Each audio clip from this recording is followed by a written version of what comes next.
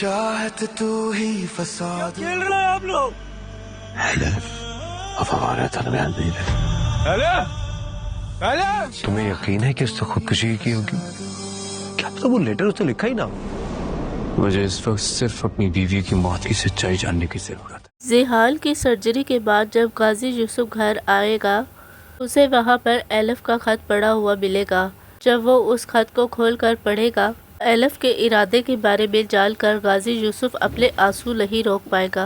गाजी यूसुफ के आंसुओं में लदामत तो छुपी हुई है कि ये लदामत और पछतावा सारी जिंदगी उसके साथ ही रहेगा। यहाँ पर हॉस्पिटल में ज़ेहाब को भी होश आ जाएगा और होश आने के बाद वो सबसे पहले एलफ के बारे में ही पूछेगा, लेकिन ना तो गाजी यूसुफ एलफ के बारे में कुछ ज़ेहाल को बताएगा ना ही चल्दा भी उसे कुछ बताएगी।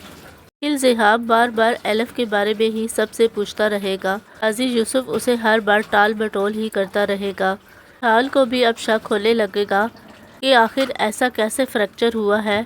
एलफ उससे कॉल पर भी बात नहीं कर पा रही। इससे ही ज़ेहाल की तबीयत ठीक होगी तो वो को देखने के लिए फौरन ही घर वापस पहुंच जाएगा। घर आकर जब वो अपने बाबा से एलफ के बारे में पूछेगा तो उसके डैड एलफ का वो खत दिखा देंगे जो एलफ उसके नाम लिख कर गई थी।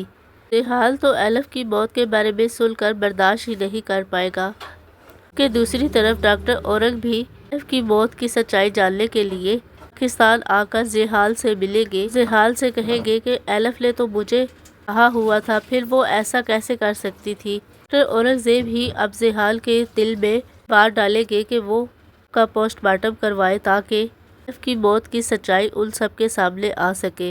यूसुफ को अब ये डर है कि अगर उनकी सच्चाई सामने आ गई ज़ेहाल कहीं खुद को ही ना नुकसान पहुंचा ले।